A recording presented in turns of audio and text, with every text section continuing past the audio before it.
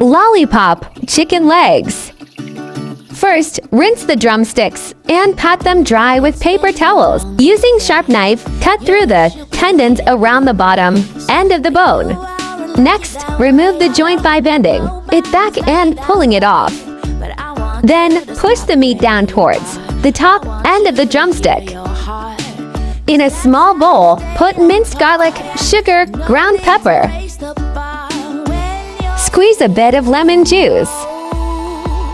Cooking wine, soy sauce, tomato ketchup, oyster sauce. Mix it well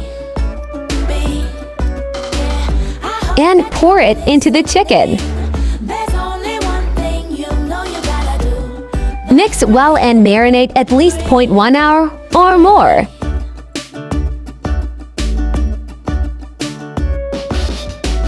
Life seems like one big test with barely much time to rest. For frying, coat the chicken with flour.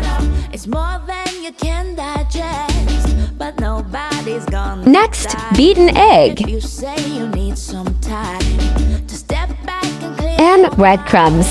yeah, Lastly, deep fry. Same the rest of the chicken. so you gotta breathe, breathe, breathe, breathe. Let it go and let it be, be.